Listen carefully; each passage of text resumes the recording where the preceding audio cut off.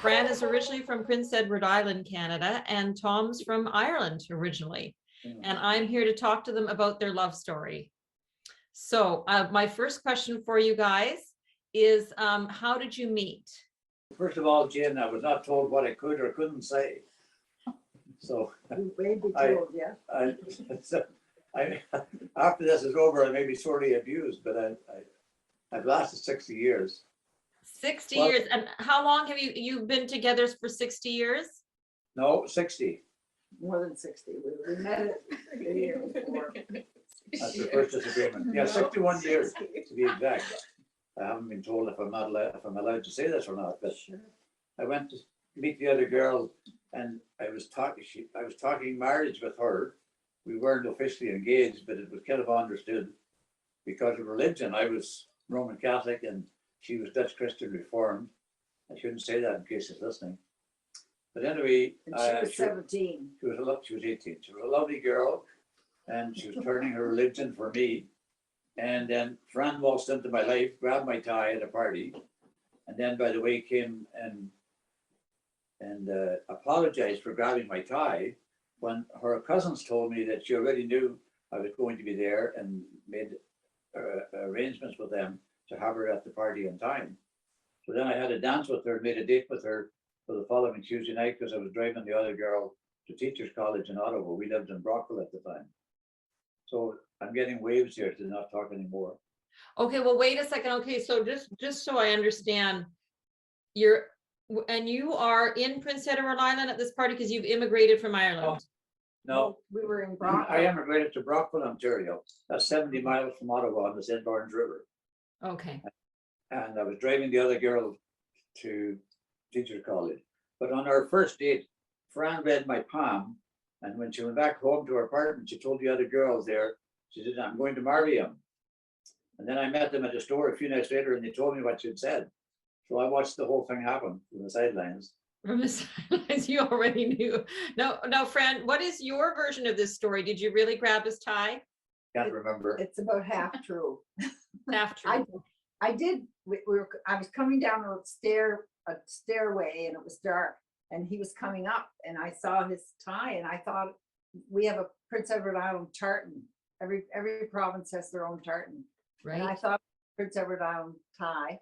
And I had just moved to Ontario a year or so before that. So it was be interesting to meet somebody from home because you won't either know them or you know somebody that they know. But it was a New Brunswick tartan tie that he had. But excuse me, Jen. I was a young, handsome, good-looking guy. Do you think she was looking at my tie? No, she wasn't. Get that. Sure. Okay, so you saw his tie and you grabbed it, and then you realized it was New Brunswick, but it was the starting point. Yeah, he told me it was New Brunswick. He Hello. didn't know what I was talking about when I said PEI tartan. Jen, I can read this card that you sent me, and then you can just shut the program off. Here's a card.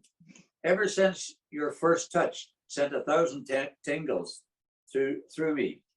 Ever since your first kiss, left me floating on a sea of ecstasy.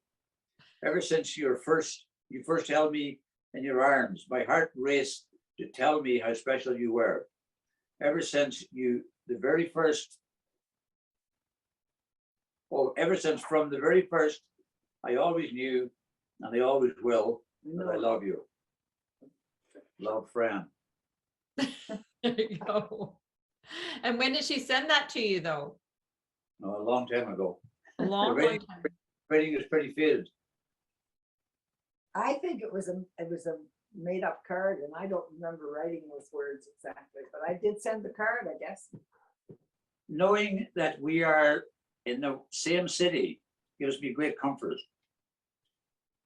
Now normally that's about as far as you'll go with affection. But she's very warm and loving in her ways and means, and right.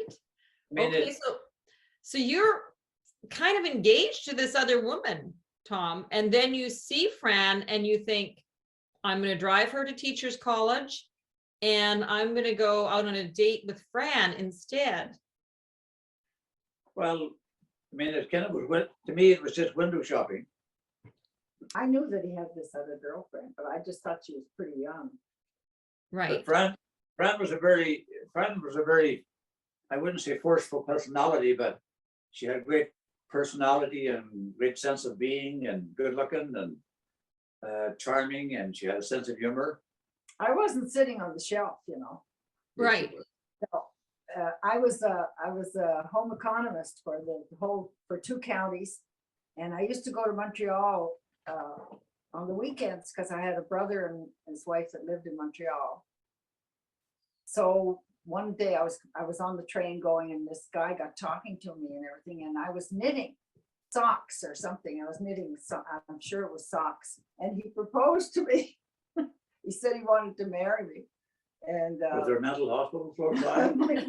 Where was your first date? It was to Ogdensburg, New York, and there's a ferry from Prescott, Ontario to Ogdensburg. Now there's a bridge, but in those days you had to take a ferry, it held 22 cars or something. And we went to a movie there, and Fran read my palm. And because she read my palm, she likes what you saw. That's why she told her cousins when she went back to her apartment that she was going to marry me because of what she saw in my palm. There you go. So, okay, so then my next question is, when did you know? So you knew Fran when you read his palm. well, I guess so, yeah, sure. Sure, you knew? Okay, you knew that he was gonna be the one? Oh, what his intentions were. Kind of eventually fell on me like a big rock falling off a cliff or something. Like one day I didn't know, and the next day I thought at first she was just interested in me, but then I knew it was more than a passing interest. By her ways and means, she had a way of telling you things even if she didn't say them, you know, by her actions. Right? And so you knew that she really liked you. Yeah. But you know what? I had a big new government car. I had a car, you just put it to us from the government with a credit card and everything. And I think he really liked the car. It was really the car. I love my I own know. car. Was it the car? Was it the car, Tom? Okay. I mean, okay. Car was a big draw. Even the dog doesn't like that, Fran. Okay, so now, okay, so you knew that Fran was, serious and things, but when did you know, Tom? Like, when did you think, well, I really Fran is the one, I'm going to ask her to marry me? Well, I knew it quite rapidly, but I had a terrible problem. Rockville was a town of 30,000 people, and taking out 2 women in a small town was not very, very good. Right, so you had to break up with the one that you'd taken to teachers college.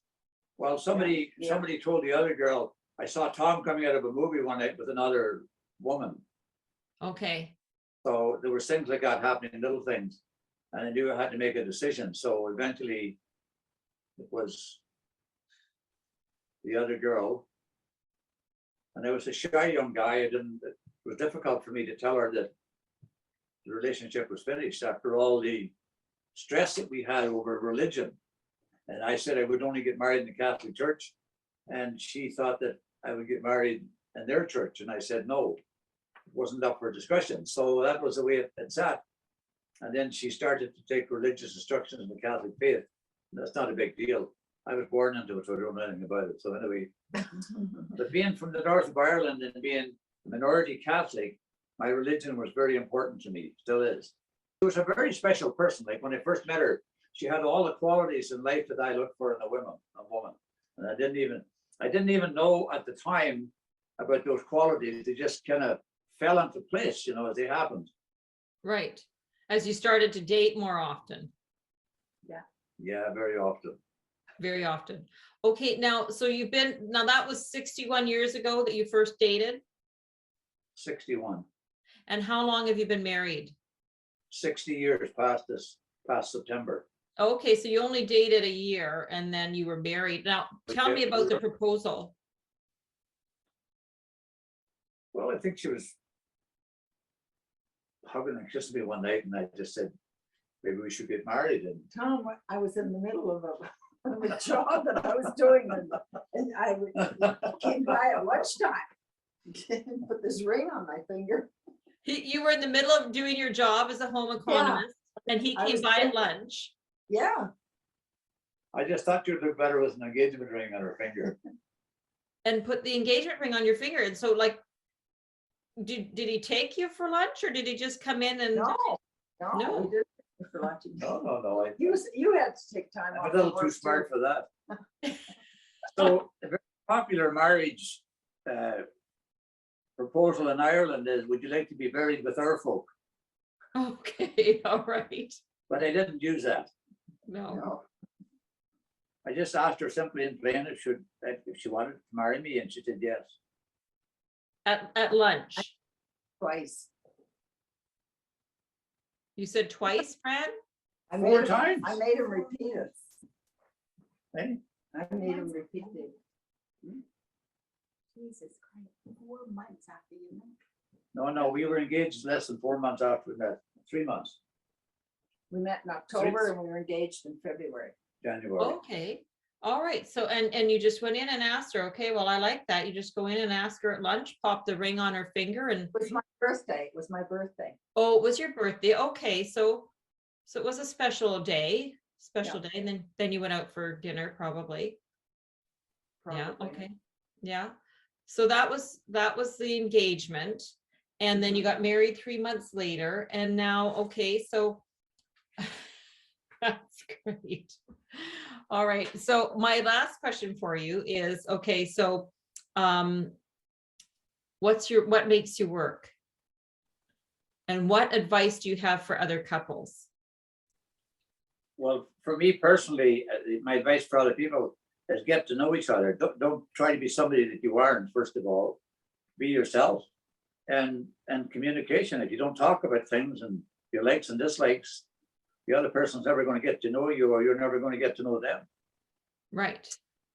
So there's too much. There's too much. I don't know how to phrase it, but there's too much put-ons in the world today. People are trying to be somebody that they're not. I just was always myself, and I was always had a good sense of humor, and Right. And then Fran liked that. And Fran knew what she was getting into. it tingled every time I looked at her. So what the hell? He was a good dancer and he was musical and I liked music. So, and then after we married, long after we were married, he started to play music. So Cool. And But you you can can see, he's a good singer. all right, okay, awesome. So that's a nice attraction. And so, and what's your advice for other couples, Fran? Just hang in there. Hang in there. One time we were down in Florida. My sister was congratulating this woman who was got married for 50 years, and she was saying it was wonderful or something like that. And the woman just looked at my sister and she said, "One day at a time, Lord Jesus." We've went through a lot of things. We did a lot of things. We have 5 wonderful children and 12 wonderful grandchildren. They're all bilingual and well educated. And Right. Colin's kind of waiting on the door to get invited in, but One day we're driving down the road in Ottawa here, I guess we were going to church, and Tom said, "I didn't hear you say that today that you love me." And he said, "I must be going deaf." And I said, "Well, I must be going deaf too, because I didn't hear anything from you." So you tell each other every day that you love each other? not many words, no. No? Yeah, We're just, I think I'm more outspoken in that regard. My wife is not outwardly like throwing love things around or anything like that. I'm always kind of the one to do that. Right, okay, yeah, Even sometimes I'm making a joke about it, but she's gotten used to those things now. So right, I right, think, yeah, I think that we were open and honest with each other right from the start. So right away we knew each other very well. You know, in the 9 months we knew each other before we got married, we knew each other like we've known each other for many, many years, you know. So then, you know, the whole thing about marriage or any commitment is two people working together. You know, it's if you're working against each other or not with each other, it's not good. You know, it's something about I think that the modern new world has some misconceptions about that. That if you have, when you have two children, you have a third one and a fourth one and a fifth one, it never seems that much extra work. You know, you're so used to it that you make those little sacrifices and you find ways of doing things, and people give you clothes and give you stuff to help you out. And like, it's not as expensive as people think it is. Society almost seems to be against marriage nowadays, where they're telling you about how expensive it is and how much money you have to have. I mean, they're telling people now, you gotta have, don't tear that up, dear. So anyway, so people are being scared off, just like the pandemic now. We're being told stuff that's not what you would call always true. So I think that if two people love each other and correspond and communicate with each other, and that life is a lot easier, because it gets to be after a while that one knows what the other's thinking. You know, it's right. After 60 years, you pretty much know what the other person's gonna thinking. Yeah, totally. I have some 60-year-old jokes, but I can't tell them here. Well, do you have anything that you want to add, Fran, about advice? I want to say that Tom is more of a perfectionist than I am.